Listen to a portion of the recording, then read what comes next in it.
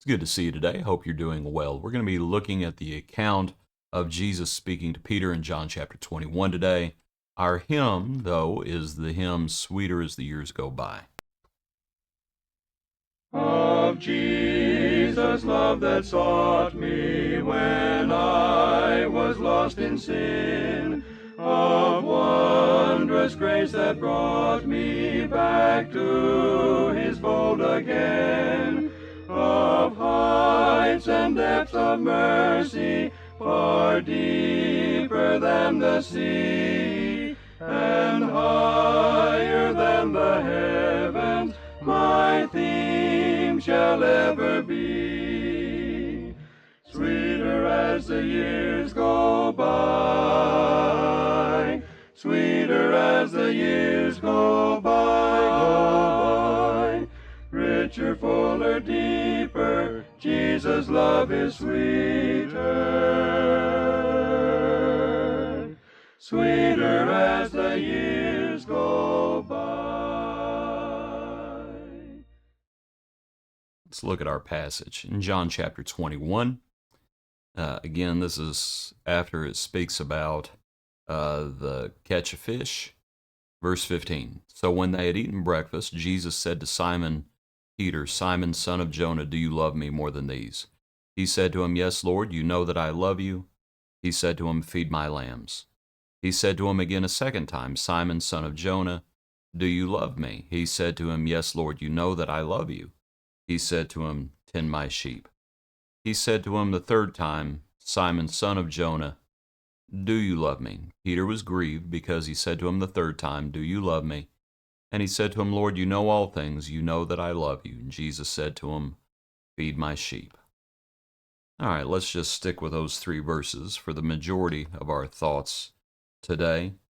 And one of the things I wanted to point out, and I hope, I would say, I assume that you've heard lessons on this passage before, but if not, I hope you realize that the words that the Lord uses here, and I can show you fairly easily enough, I think, that if we look in the King James, and you might just simply notice that the word that is used here in verse 15, as they dined, and he says, Simon, son of Jonas, lovest thou me? That word lovest there, you might see what number is assigned to it.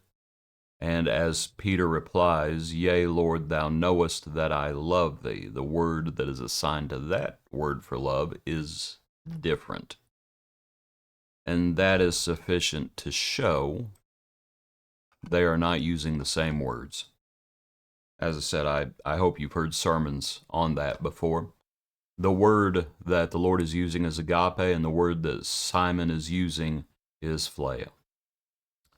And I want to simply say we need to ask ourselves, and we need to examine ourselves and make sure we actually love the Lord as he would have us.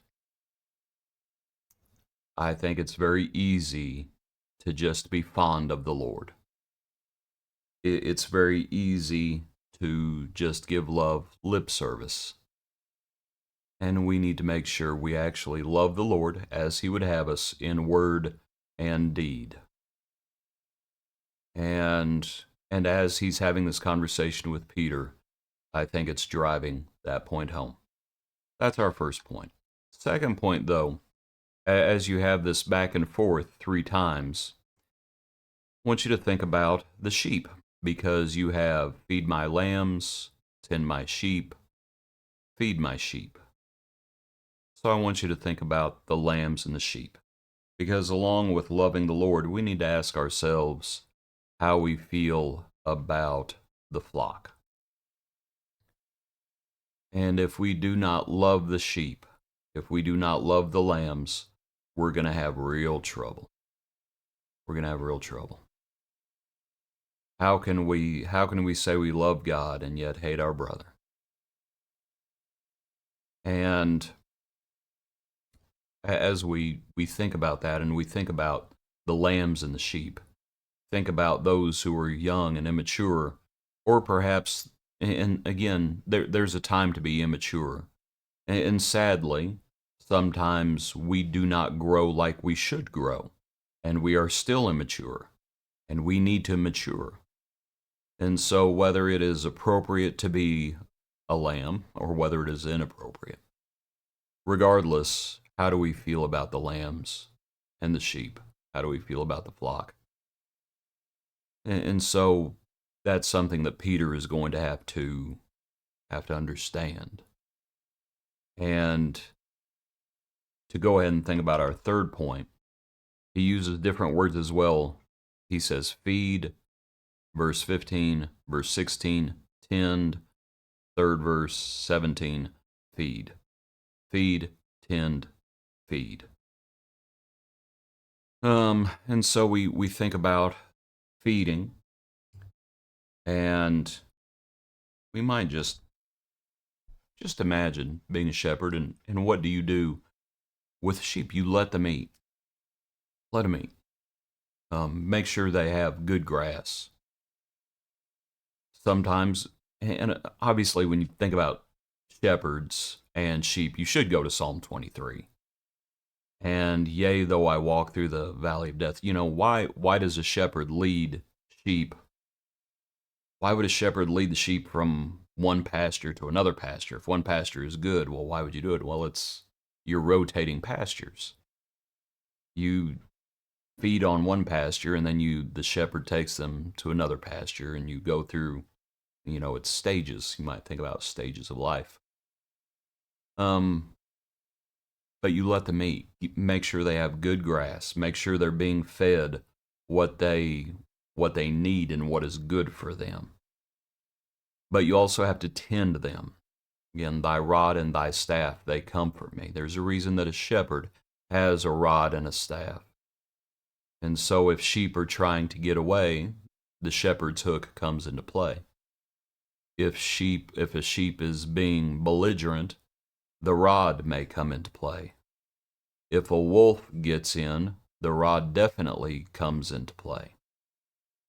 It all is a part of feeding and tending the flock, if you will. And so here Peter is, and the Lord is encouraging him, but the Lord is also, he's encouraging him in regard to the sheep, but he's also encouraging him in regard to himself. Because we know what's about to happen. The Lord is about to ascend.